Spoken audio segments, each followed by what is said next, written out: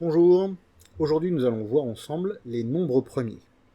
Alors, dans cette vidéo, ce qu'on va voir précisément, c'est déjà qu'est-ce que c'est qu'un nombre premier, et donner une liste de nombres premiers, donc on va dire la définition et des exemples.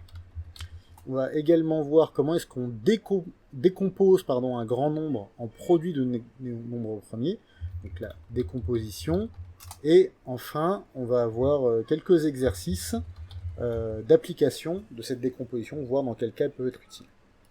Voilà, sans plus tarder, on va démarrer. Donc, première chose, qu'est-ce que c'est qu'un nombre premier? Alors, un nombre premier, c'est un nombre qui n'est dans aucune table, à part la sienne et la table de 1. Donc, on va donner quelques exemples pour que vous voyez bien. Si on prend le nombre 11, 11, il est dans aucune table, à part la table de 11 et la table de 1. Donc, c'est un nombre premier. Maintenant, si on prend 15, 15 est dans la table de 15 et de 1, mais il est aussi dans la table de 3 et de 5. Donc, c'est pas un nombre premier. Lui, ça marche pas. Pas premier. Alors, on va essayer de repérer ensemble tous les nombres premiers qui sont entre 1 et 30. Alors déjà, 1, c'est un cas particulier parce que 1, il est dans aucune table à part la sienne, la table de 1, mais il n'est pas dans deux tables, parce que normalement, il faut la table du nombre et la table de 1. Comme le nombre, là, c'est 1, il n'a qu'une seule table, du coup, et ça fonctionne pas. Il faudra avoir deux tables dans lesquelles on retrouve le nombre. Là, il n'y en a qu'une seule. Donc 1, ça marche pas. 2, par contre, il est uniquement dans la table de 2 et dans la table de 1. Donc ça marche. Ensuite, 3, pareil, il est dans la table de 3 et la table de 1. 4, ça ne marche pas parce qu'il est dans la table de 2. 5, ça marche puisqu'il est uniquement dans la table de 5 et 1. 6, ça marche pas parce qu'il est dans la table de 2. 7, ça marche, il est dans aucune table. 8, ça ne marche pas, il est dans la table de 2. Donc tout le nombre pair, de toute façon, il est dans la table de 2, donc on va pas les compter, ceux-là.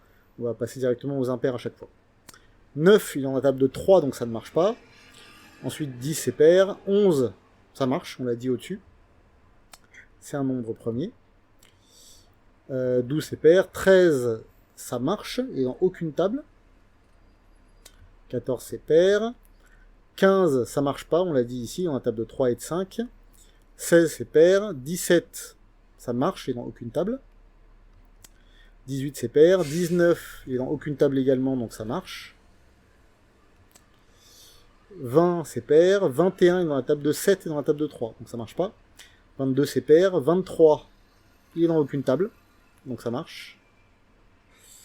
24, c'est pair. 25, il est dans la table de 5. 26, c'est pair. 27, dans la table de 3. 28, c'est pair. 29, il est dans aucune table, donc ça marche. Et après, on a 30, qui est évidemment dans la table de 2. Donc voilà tous les nombres premiers qui sont entre 1 et 30. Donc des nombres premiers, il y en a une infinité, il n'y a pas que ceux-là, on peut monter très très haut, même à l'infini en fait. On trouvera toujours des nombres premiers, quel que soit jusqu'où on monte. Donc pour ça, il n'y a pas d'inquiétude. Mais là, on va s'intéresser uniquement aux 30 premiers, parce que c'est largement suffisant pour ce qu'on a à faire. Alors pourquoi ces nombres-là sont particuliers? Pourquoi on leur donne un nom? Pourquoi on appelle ça des nombres premiers? Pourquoi ils sont intéressants? En fait, on s'est rendu compte de quelque chose en ce qui concerne les nombres premiers, c'est qu'à partir des nombres premiers, on peut construire tous les autres nombres. Alors qu'est-ce qu'on appelle construire? En fait, si on multiplie les nombres premiers entre eux, on peut retrouver tous les autres nombres. C'est-à-dire, si on prend un nombre au hasard comme 28, lui, on peut l'écrire comme une multiplication composée uniquement de nombres premiers. Donc, par exemple, 28, c'est dans la table de 2, donc c'est dans la table d'un nombre premier, donc qui est 2. C'est 2 fois 14. Mais 14, c'est pas un nombre premier. Donc, il peut s'écrire 7 fois 2, puisque 7 et 2 sont des nombres premiers. Donc, en gros, 28, ça peut s'écrire 2 fois 2 fois 7. Et donc 2 est un nombre premier, 7 est un nombre premier. Et on peut faire ça avec n'importe quel nombre. N'importe quel nombre, on peut l'écrire comme une multiplication de plusieurs nombres premiers. Et donc avec les nombres premiers, en fait, on peut retrouver tous les autres nombres en faisant des multiplications correctement. Donc c'est pour ça qu'ils sont intéressants et qui vont nous permettre de faire un certain nombre de calculs. Alors, ce que je viens d'écrire là, c'est ce qu'on appelle la décomposition en produit de facteurs premiers de 28. Et on peut trouver, comme je l'ai dit, une décomposition de produit de facteurs premiers d'absolument n'importe quel nombre. Donc, on va s'intéresser à des nombres très grands, voir si on peut trouver une décomposition, et je vais vous donner une petite méthode pour le faire un peu plus simplement. Donc on va s'intéresser à un nombre comme 2 605 624. Et on va essayer de trouver sa décomposition en nombre premier. Alors, la façon dont on va procéder, c'est qu'on va faire des divisions successives, en fait. On va essayer de diviser ce nombre-là par des nombres premiers qu'on connaît, en partant du plus petit qu'on connaît, et en montant au fur et à mesure. Donc, le plus petit qu'on connaît, c'est 2. Est-ce qu'on va pouvoir diviser ce nombre-là par 2 ? Ben oui, certainement, puisque c'est un nombre pair, il finit par un 4. Donc on prend notre calculatrice, on va la mettre sur le côté, et on va faire 2 605 624 divisé par 2. Comme ça nous donne un nombre entier, c'est que ça marche. Donc, on va écrire notre 2 ici, et on va écrire, en dessous du premier nombre, le résultat de la division, c'est-à-dire 1 302 812. Donc, 1 302 812. Ensuite, on ne va pas aller vers le prochain nombre premier. Il faut d'abord qu'on s'assure qu'on a divisé par tous les 2 qu'il est possible de diviser. C'est-à-dire que là, on va reprendre notre nombre 1 302 000, etc. Et on va continuer de le diviser par 2 pour voir si ça marche encore. Et oui, ça marche encore. Donc on continue comme ça. Comme ça marche, on met bien à côté qu'on a divisé par 2. Et on met le résultat en dessous, donc 651 406. 651 406. Ensuite, on continue de diviser par 2. Tant que ça marche, on fait. On divise par 2 encore, ça fonctionne. 325 703. Donc, 325 703. Je sais que ça marche, puisque c'est un nombre pair. Et par contre, cette fois-ci, 325 703, ce n'est pas un nombre pair, donc je sais que divisé par 2, ça va pas marcher. Ça va pas me donner un nombre entier, donc je vais pas pouvoir continuer avec 2. Donc maintenant que je sais que tous les deux, je les ai utilisés, je vais essayer avec 3. Donc, 325 703, je vais essayer de le diviser par 3, et ça marche pas. Ça me donne un nombre qui n'est pas un nombre entier. Donc, je reprends mon 325 703, et je vais essayer avec le nombre d'après, avec 5. Donc je divise par 5. Ça marche pas non plus, ça ne donne pas un nombre entier. Donc je reprends mon nombre, je vais essayer avec 7 maintenant, donc divisé par 7. Là ça marche. Donc je vais écrire dans ma liste ici, on divise par 7, et ça nous donne 46 529. 46 000, on avait dit 529, oui. 529. Et on va continuer. On va voir si avec 7 on peut continuer. Donc diviser par 7 encore, ça marche. Donc on l'écrit. On divise par 7. Et ça nous donne 6647. Donc 6647. On continue avec 7 pour voir si ça marche. Diviser par 7. Ça marche plus. Donc comme 7 ça marche plus, on passe au suivant. On essaie de diviser par 11. Ça marche pas non plus. On reprend le nombre, on fait diviser par 13. Ça marche pas non plus. Donc on reprend notre 6647, on va essayer de diviser par 17. Ça marche. Donc on va le diviser par 17. On obtient 391. On va réessayer de le diviser par 17. Ça marche encore.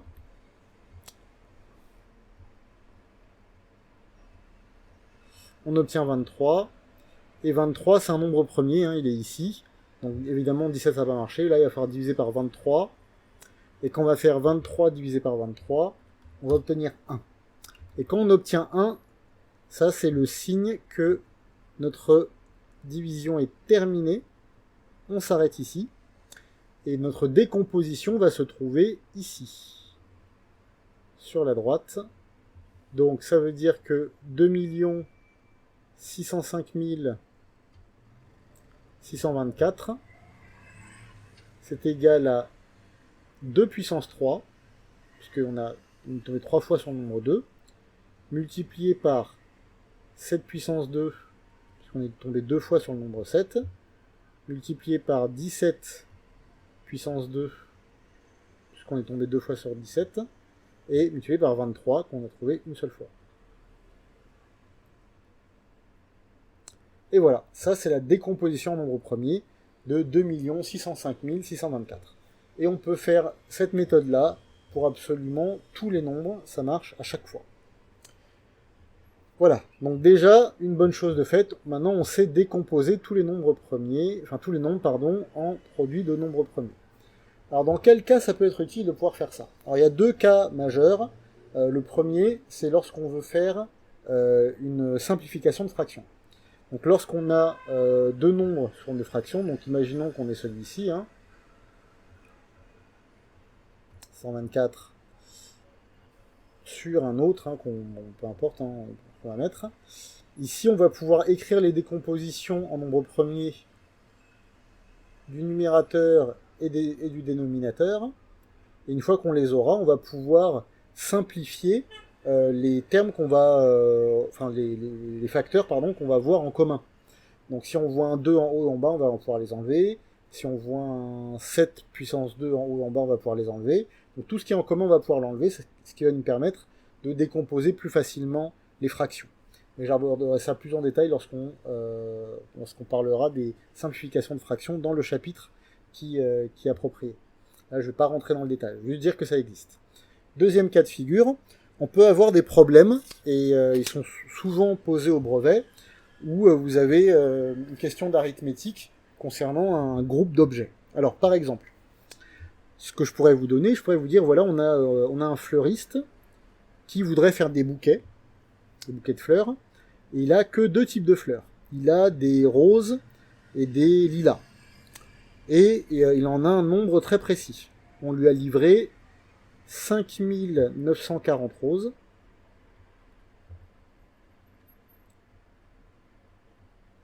et 17 325 lilas. Et donc lui il voudrait faire des bouquets, il voudrait vendre ses bouquets, mais évidemment c'est un marchand, lui, un fleuriste, il voudrait que tous ses bouquets soient exactement identiques. Donc il peut pas mettre ça au feeling et puis laisser des lilas ou des roses en rab à la fin qu'il ne vendra pas. Il voudrait vraiment que toutes les roses et tous les lilas soient utilisés, et il voudrait que tous les bouquets soient identiques. Alors comment on fait ça? Ben, si on trouve un nombre de roses et de lilas, ce nombre de roses et de lilas doivent forcément être des diviseurs du nombre de roses et du nombre de lilas total. C'est-à-dire, le nombre de roses qu'on mettra dans chaque bouquet doit être un diviseur de 5940, puisque quand on va diviser 5940 par ce nombre de roses, il faut qu'on tombe sur un nombre entier, parce que sinon ça voudra dire qu'il restera des roses à la fin. De la même façon, il faut que le nombre de lilas qu'on va mettre dans chaque bouquet, ce soit un diviseur de 17 325, sinon, pareil, ça va marcher. Et donc le nombre de bouquets, lui, ça va être un diviseur de 5940 et de 17 325. Puisque le nombre de bouquets, s'il divise bien ces deux-là, ça voudra dire que on va pouvoir faire rentrer un nombre de roses entier dans chaque bouquet. Donc ce qu'il nous faudrait, c'est trouver un diviseur, donc un nombre, qui est un diviseur de 5940 et de 17 325. Et comment on va faire pour trouver ce nombre-là? Ben, on va utiliser la décomposition en nombre premier. Parce que pour trouver un diviseur commun, c'est ce qu'il y a de plus rapide. Alors, cette méthode de trouver le plus grand, le diviseur commun le plus grand, c'est un nom en maths, ça s'appelle le PGCD. C'est un petit peu sorti des programmes, mais c'est toujours bien de le savoir. Le plus grand commun diviseur. Alors, ce qu'on va faire, on va effacer un petit peu parce qu'on n'a pas beaucoup de place. On va chercher le diviseur, la décomposition en nombre premier de ces deux nombres-là, de 5940 et de 17 325. Donc on va utiliser la méthode qu'on a utilisée juste avant, en traçant le petit trait, en mettant les deux nombres, et on va trouver assez simplement notre décomposition. Donc on commence par le premier, 5940. Donc on l'écrit.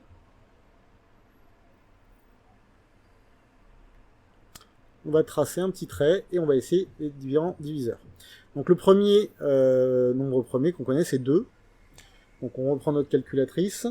5940 divisé par 2, ça fait 2970. Donc c'est un nombre premier 2, et on sait que 5940 c'est un nombre pair. 2970 c'est un nombre pair aussi, donc on sait que la division par 2 va marcher encore. Ça fait 1485. Donc on divise par 2, 1485. Ça c'est plus un nombre pair, donc 2 ça ne va plus marcher. Peut-être que 3 fonctionne. Alors là effectivement on pourrait directement sauter sur 5 puisqu'on voit que ça se finit par 5. Mais c'est important de faire ça dans l'ordre. Voir si d'abord il n'y a pas 3 qui fonctionnent. Voilà. Parce qu'on peut se laisser avoir et oublier des nombres premiers. Il faut bien vraiment les faire dans l'ordre. Donc on fait 485. Est-ce que ça c'est divisible par 3 encore? Oui. Donc on continue avec 3. Ça fait 165.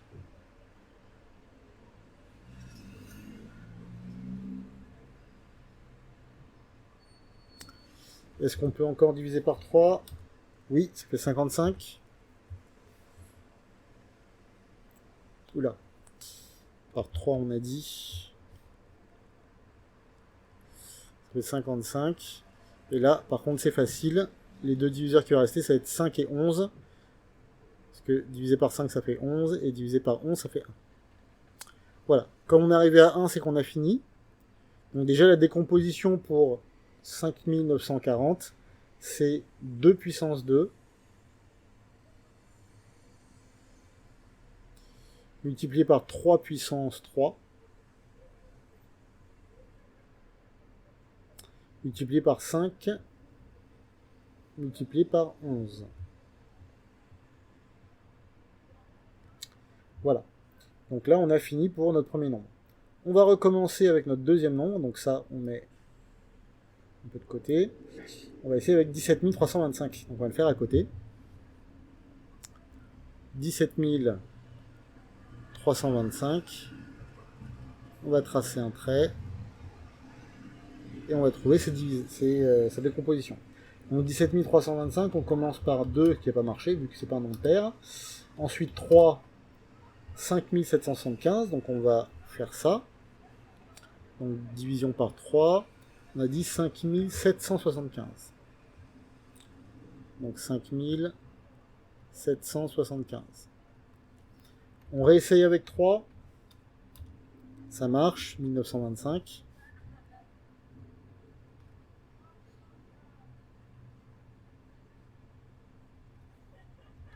On réessaye avec 3, ça ne marche plus. On fait avec 5, 385.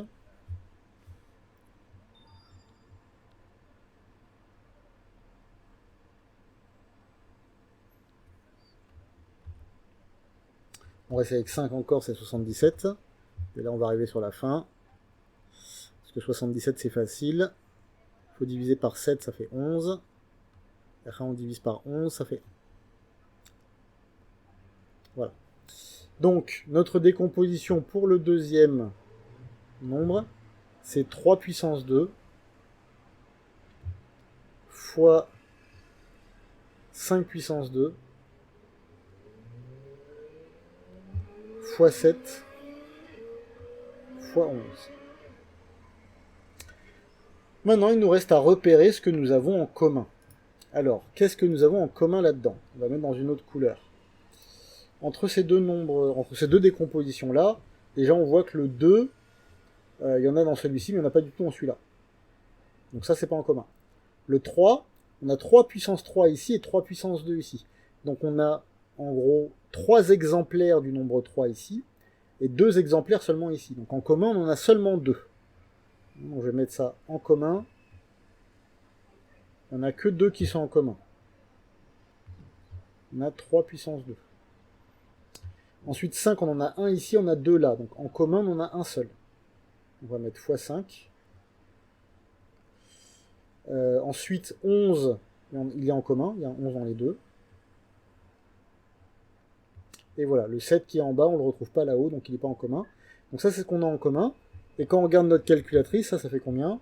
3 fois 3 fois 5 fois 11, ça fait 495. Et donc ça va être le nombre de bouquets qu'on va avoir, qu'on va pouvoir faire.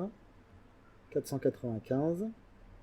Et pour savoir combien on a de fleurs de chaque type hein, dans le bouquet, on va tout simplement faire 5940 divisé par 495. Et pour le nombre de lilas, 17325 divisé par 495. Et ça nous donnait notre réponse. Donc 5940 divisé par 495, ça fait 12. Et 17325 divisé par 495, ça fait 35. Voilà. Donc, je vais utiliser encore des couleurs. On va dire que les roses, ça, donc 12 roses par bouquet. En orange, ça va être les lilas, donc ça c'est le nombre de lilas par bouquet. Et en bleu, c'est le nombre de bouquets.